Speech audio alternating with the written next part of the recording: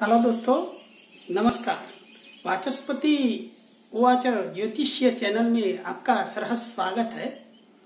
और आप सभी श्रोतागण या व्यूवर्स मेरी चैनल वाचस्पति उवाच जरूर से सब्सक्राइब कीजिए और अपना कोई व्यावसायिक ज्योतिषीय संपर्क हेतु मेरा ये व्हाट्सएप नंबर है।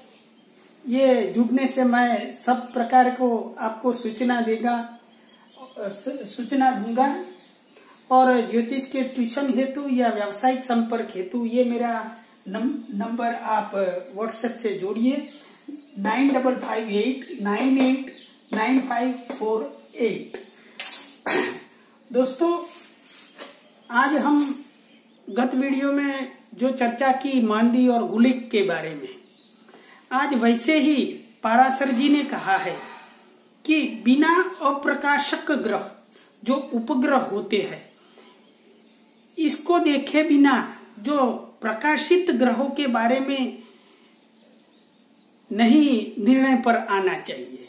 इसलिए बलाबल और विवेकानाम अर्थात कि पहले जो उपग्रह कहे हैं, जो सूर्य के महा 5 दोष किए गए हैं या तो कहे गए हैं ब्रह्मा जी ने पाराशर को, ये बिना फल कथन किसी की भी पत्रिका का नहीं करना चाहिए। जैसे मांदिक या गुली शनि का पुत्र होता है और इसके हमने चर्चा देखी, वैसे 5 महादोष है और ये महादोष पत्रिका में कौन से हाउस में होते हैं इसके बिना हम गुरु भाग्य स्थान में पड़ा है और अच्छा रिजल्ट नहीं देता है। गुरु की दशा चलती है, शुक्र की दशा चलती है, लेकिन अच्छे फल नहीं मिलते। लेकिन ये उपग्रह भी पत्रिका में बहुत असर करते हैं, जैसे कि धूम, व्यतिपात, परिवेश, इंद्रचाप, उपकेतु, ये 5 सूर्य के महादोष है और वो महा अशुभ माने गए हैं। इसमें इंद्रचाप अलग है, लेकिन ये सब भी हमें देखना चाहिए। और आज हम देखेंगे कि ये कैसे स्पष्ट गणितिक रूप से निकाले जाते हैं। वैसे तो आकाश में दिखते नहीं हैं, इसलिए इसको अप्रकाशक ग्रह कहे गए हैं, लेकिन आज जरूर से देखेंगे। तो सबसे पहले तात्कालिक सूर्य जो अपनी पत्रिका का स्पष्ट सूर्य हो, स्पष्ट सूर्य वो राशि, अंश और कला वाइज लेना चाहिए। राशि, अंश और कला वाइज लेना चाहिए। और ये स्पष्ट सूर्य सपोज के किसी का मैं उदाहरण के साथ देता हूं कि नवराशि मीन्स मकर राशि के 11 अंश और 15 कला पर हो, तो पहले इसका उपग्रह धूम आता है। धूम स्पष्ट, धूम स्पष्ट। इसका फलादेश कैसे होता है वो बाद में देखेंगे। तो ये इसमें 4 राशि, 13 अंश और 20 कला जोड़ने से प्लस स्पष्ट धूम आता है। पत्रिका में ये सूर्य से 5वें स्थान में रहता है, लेकिन मैं इसका आपको गाणितिक स्वरूप कि अपनी पत्रिका का जांच करने के लिए दिखाता हूं। तो ये इसका प्लस हुआ तो 35 हुआ, यहाँ पे 24 हुआ अंश, और ये 12 से अधिक है इसलिए एक राशि आएगी। तो ये स्पष्ट धूम हुआ। अब स्पष्ट धूम के बाद जो 12 राशि होती है, 12 राशि, इसमें से स्पष्ट धूम को माइनस करने से स्पष्ट व्यतिपात आता है। स्पष्ट व्यतिपात अपनी पत्रिका के ये उपग्रह सब कैसे निकाले जाते हैं, क्योंकि ये सब सॉफ्टवेयर में आता होगा या नहीं आता होगा, लेकिन मैं आपको ये सूचना देता हूं या तो आपको ज्ञान देता हूं। तो ये माइनस 12 राशियों में से स्पष्ट धूम से निकालने से व्यतिपात आता है। तो यहाँ रह गए 25, यहाँ 29 में से 24 तो 5 अंश, और यहाँ 11 में से 1 गया तो 10 राशि। तो ये स्पष्ट व्यतिपात अपनी पत्रिका में कुंभ राशि में हो गया। अब जो स्पष्ट व्यतिपात आया है इसमें 6 राशि जोड़ने से प्लस परिवेश नाम का उपग्रह आता है। परिवेश, तो परिवेश का कैलकुलेशन कैसे हुआ? ऐसे, और ये 12 से अधिक नहीं होते हैं, इसलिए ये 4 राशि है। तो ये परिवेश सिंह राशि में आया। अब परिवेश के बाद इंद्रचाप जो शुभ ग्रह है वो कैसे निकाला जाता है? तो 12 राशि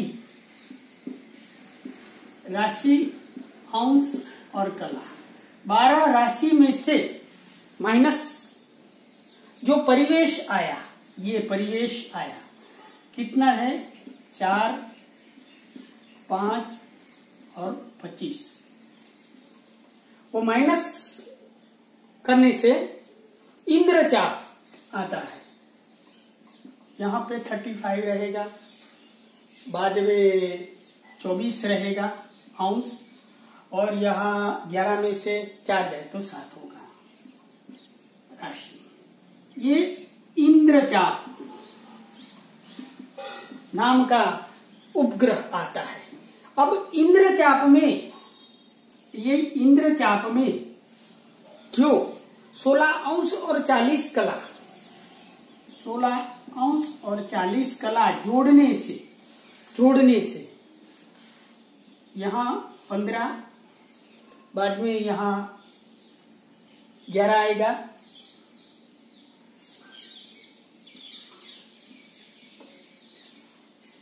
और 8, 9 मीन्स 8 मीन्स धनु राशि में ये उपकेतु नाम का उपग्रह आएगा।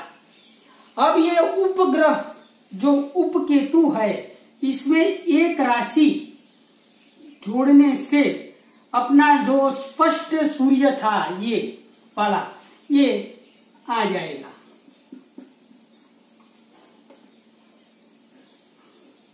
स्पष्ट सूर्य।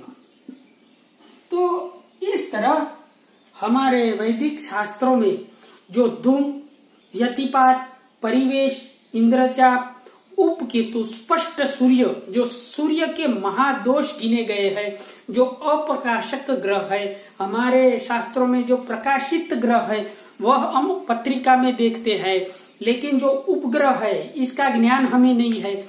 जबकि पाराशर जी ने तो यहाँ तक किया है अपने बृहद पाराशर होराशास्त्र में कि अप्रकाशक ग्रह पहले देखिए बलाबल विवेका नाम, कि इसका पहले बलाबल का विवेक बुद्धि से निकाल के बाद में जो हमारे प्रकाशित ग्रह है इसके बारे में निर्णय पर आना चाहिए। तो दोस्तों, हम ये उपग्रह मांदी, गुलिक के अलावा 5 सूर्य के महाधार दोष जो उपग्रह है इसके बारे में देखा, और बाद में ये जो महाविनाशक और महापाप ग्रह धूमकेतु है जो भाव में रहता है वो भाव में बहुत अशुभ करता है, इसके बारे में भी फलादेश आज देखेंगे।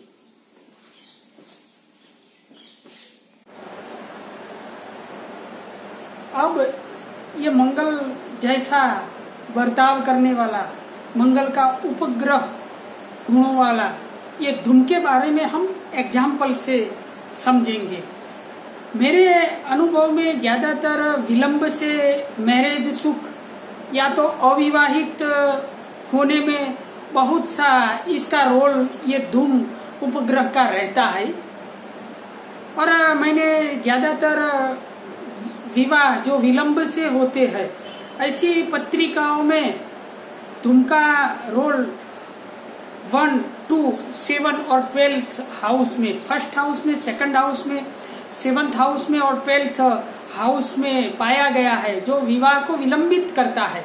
जैसे हम एक एग्जाम्पल लेंगे कि ये पत्रिका में कन्या लग्न की है, बहुत सब कुछ अच्छा दिखाई देता है, शुक्र और गुरु first house and 7th house में है, और शनि भी अच्छा है, चंद्र भी अच्छा है, राहु भी अच्छा है। 15 अप्रैल 93 और शाम के 6:45 अहमदाबाद में है।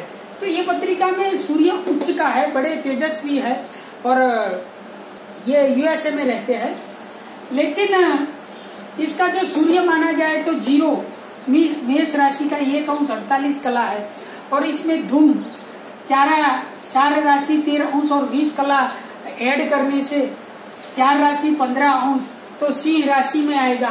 सिंह राशि में धूम यहाँ 12th हाउस में है, और ये अभी तक गुरु की दशा चलती है, तो भी विवाह करने का कोई विचार ही नहीं आता है, और बड़े स्पिरिचुअल हो गए हैं, और बड़े तेजस्वी कारकिर्दी है यूएसए में।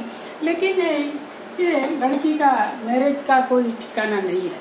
तो ये first house, 7th house, second house और 12th हाउस में जब ये धूम आता है तो अविवाहित जीवन या विवाह विलंब कराता है, ऐसे मैंने मेरे अनुभव से देखा है।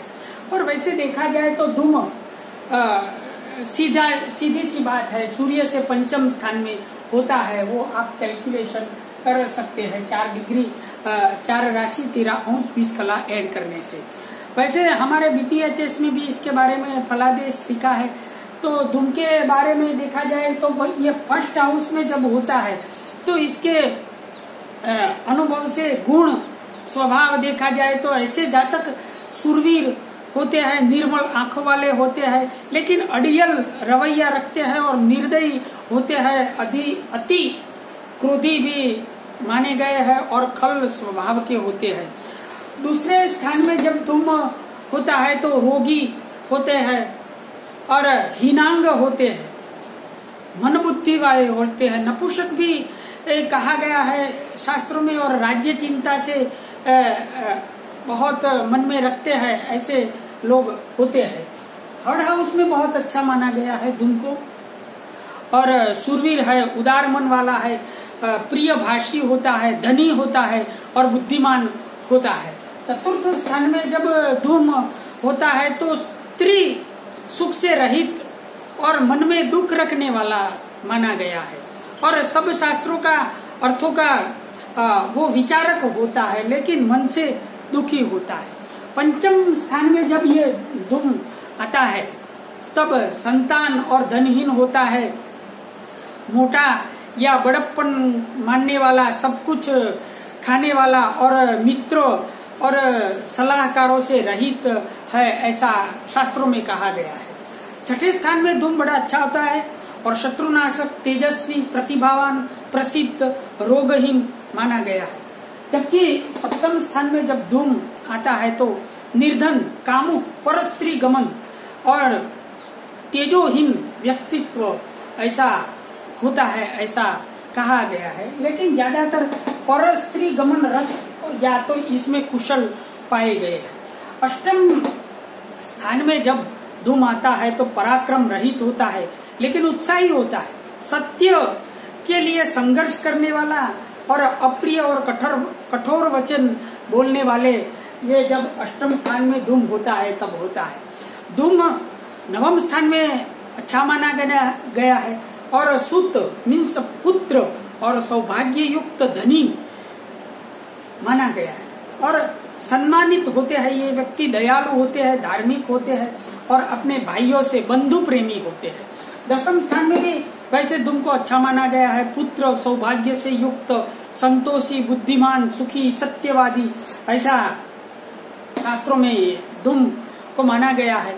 11वें स्थान में भी धनी, मानी, धन्य धान्य से युक्त, सोना के आभूषण और ये सोना रखने वाले रूपवान होते हैं और संगीतज्ञ, कला के ज्ञानवान होते हैं और विनीत मीन्स एकदम सिंपल कपड़े पहनने वाले होते हैं, जबकि 12th हाउस में ये नीच, भ्रष्ट, पापी, परस्त्री गमन, व्यसनी, निर्दयी, धूर्त ऐसे लक्षण हमारे शास्त्रों में धूम के बारे में कहे गए।